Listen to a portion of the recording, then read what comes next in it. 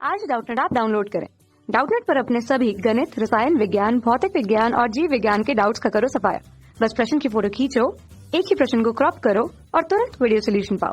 अभी डाउनलोड करें। हेलो दोस्तों, आपका प्रश्न है 1 किलोग्राम जल में कितने ग्राम KCl घोला जाए कि इसका हिमांक घटकर -8 डिग्री सेंटीग्रेड हो जाए।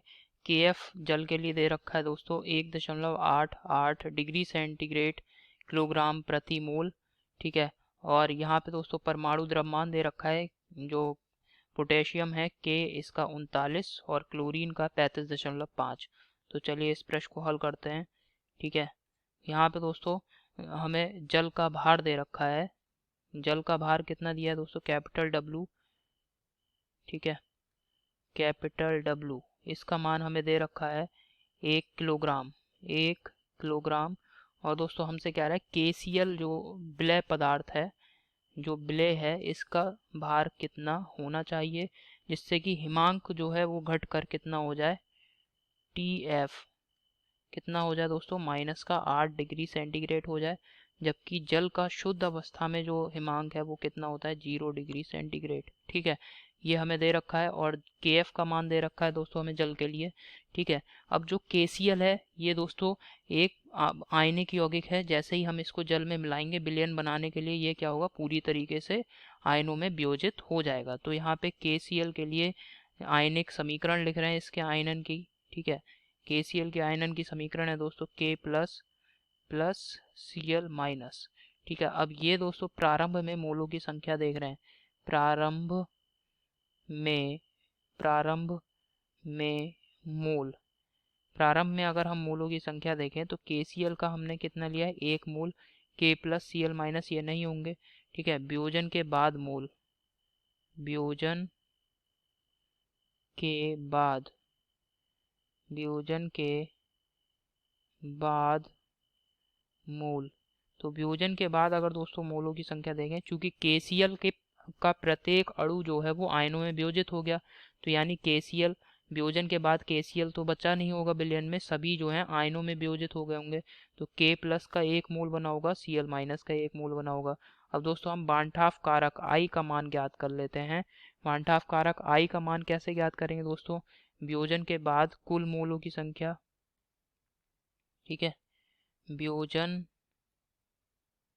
के बाद कुल मोल, वियोजन के बाद कुल मोल, इसको भाग कर दें प्रारंभ में मोलों की संख्या बटे प्रारंभ में मोलों की संख्या।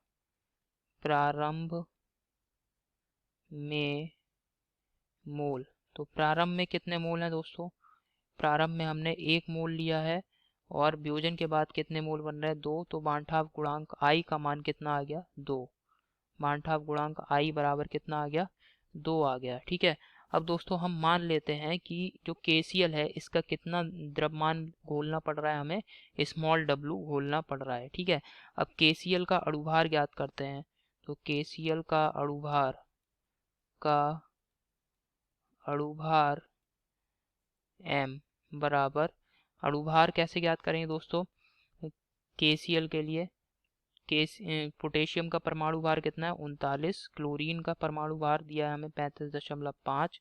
इसको दोस्तों जोड़ लेते हैं तो ये आएगा 74.5। ठीक है, 74.5 ग्राम। ठीक है, ग्राम। ठीक है ना, तो अब हम KCl के मोलों की संख्या दोस्तों हम ज्ञात करेंगे।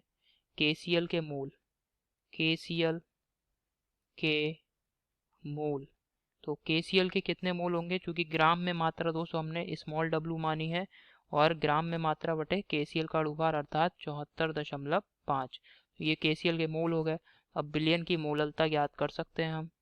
विलयन की मोललता, की मोललता, मोललता बराबर क्या हो जाएगा दोस्तों, KCl के मोलों की संख्या जो कि विलय है, विलय पदार्थ है, KCl के मोल बटे विलायक का भार किलोग्राम में, बटे विलायक का भार किलोग्राम में। ठीक है, विलायक का भार किलोग्राम में। ठीक है, तो KCl के कितने मोल है दोस्तों, W/74, स्मॉल W/74.5, और ब्लायक जल है दोस्तों, इसका कितना भार लिया गया है, 1 किलोग्राम। तो कितना आ जाएगा दोस्तों यहाँ पे, W/74.5। ठीक है, तो विलयन की मोललता हमने ज्ञात कर ली है।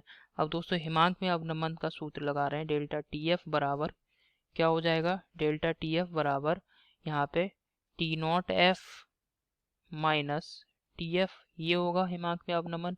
अब दोस्तों T0F ये शुद्ध अवस्था में जो है जल का हिमांक है, कितना होता है, 0 डिग्री सेंटीग्रेड, माइनस TF दोस्तों कितना हो गया, हिमांक कितना हो गया, KCl को घोलने के बाद हिमांक हो गया माइनस का 8 डिग्री सेंटीग्रेड, घटकर कितना हो गया, माइनस का 8 डिग्री सेंटीग्रेड। तो माइनस का 8, तो यहाँ पे माइनस माइनस प्लस का क्या हो गया, 8 डिग्री सेंटीग्रेड। और डेल्टा TF दोस्तों ये सूत्र भी होता है, डेल्टा TF बराबर I इंटू KF इंटू मोललता M। तो डेल्टा TF का मान लगा दिया हमने 8, और बांठा गुणांक का मान कितना आया है, 2। और विलयन के लिए जो हमारा H2O है जल, जो कि विलायक है, इसके लिए KF का मान 1.88 दिया है, 1.88। मोललता M का मान W/74.5। तो यहाँ से दोस्तों हम W का मान ज्ञात कर सकते हैं, जो कि KCl का भार है। इसका मान दोस्तों कैसे आएगा, 8 गुणा 74.5, इसको भाग कर दें 2 गुणा 1.88। ठीक है, तो इसको हल कर लेते हैं। यहाँ से दोस्तों KCl का भार आ रहा है स्मॉल w बराबर 158.51 ग्राम। ठीक है, यही दोस्तों हमारे प्रश्न का उत्तर है। ठीक है दोस्तों, तो आशा करता हूँ आपको समझ में आया होगा। धन्यवाद।